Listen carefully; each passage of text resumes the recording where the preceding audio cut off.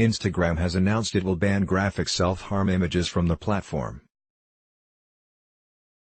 The social media company has been under pressure from the UK government and health professionals, including Dame Sally Davis, England's chief medical officer, who recently argued that social media companies have a duty of care to keep children safe. There is growing concern that such content has the effect of grooming people to take their own lives, according to Jackie Doyle-Price, the government's Undersecretary for Mental Health, Inequalities and Suicide Prevention.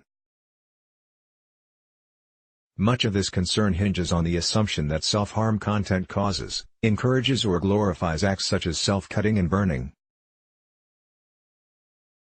But participants in our ongoing Wellcome Trust study at the University of Birmingham have challenged us to reconsider this. Ignoring their words could lead to politicians or platforms introducing safeguarding measures that unintentionally cause harm.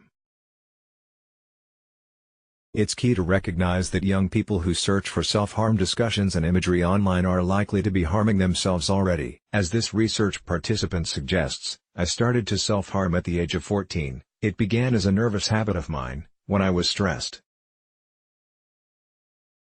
Someone noticed me scratching my hand up, which I didn't know was self-harm at the time, and this person told me that a pencil sharpener blade worked better. I couldn't get it out of my head, so I googled it and it was a spiral from there.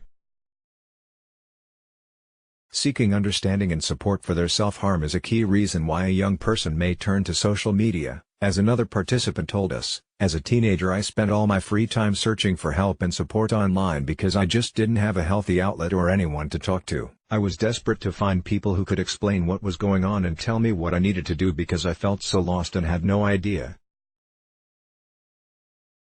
For a young person in distress, posting a seemingly graphic photograph of their cut or burn arm can be a way of reaching out for help and understanding.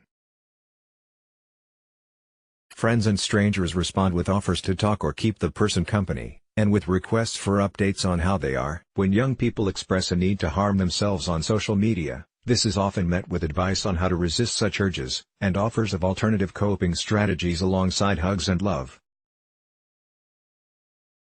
Participants may also congratulate one another for not self-harming and encourage each other to remain clean. There is evidence which shows that self-harm functions as a way to cope with ongoing distress. In this case, social media can offer non-judgmental understanding. The Darker Places research into mental health has long acknowledged the Internet's potential to offer support, including in relation to self-harm. For example, analyses of pro-anorexia websites have explored the complex ways that the Internet can be a sanctuary for those in distress, but it also has the potential to normalize such behaviors, in a way that can stop people from seeking help offline. While this is a clear danger of content about self-harm, it's crucial to distinguish between continuation and causation. As our participant suggests, I think there's a misconception that people will get into self-harm because they see these pictures. But I think it can make it worse. There's a lot of things about social media that are really helpful, and it's often the only place that people can go to talk about what they're experiencing and to get support for. But there's also some pretty dark places online. It is important to note that both supportive content and graphic self-harm content are attached to the same hashtags, or found within the same online spaces, so Instagram's jump to ban such content could be dangerous. For example, Instagram has recently altered its search engine so that it is no longer possible to search for hashtags relating to self-harm. This means that currently searching for hashtag self-harm support also returns no results. Searching for support. Shutterstock. It's crucial to consider how to improve young people's online safety, without pushing them further towards darker places in their search for support. Self-harm content on social media must be considered in context, and decision-makers need to recognize how it relates to what's going on in society.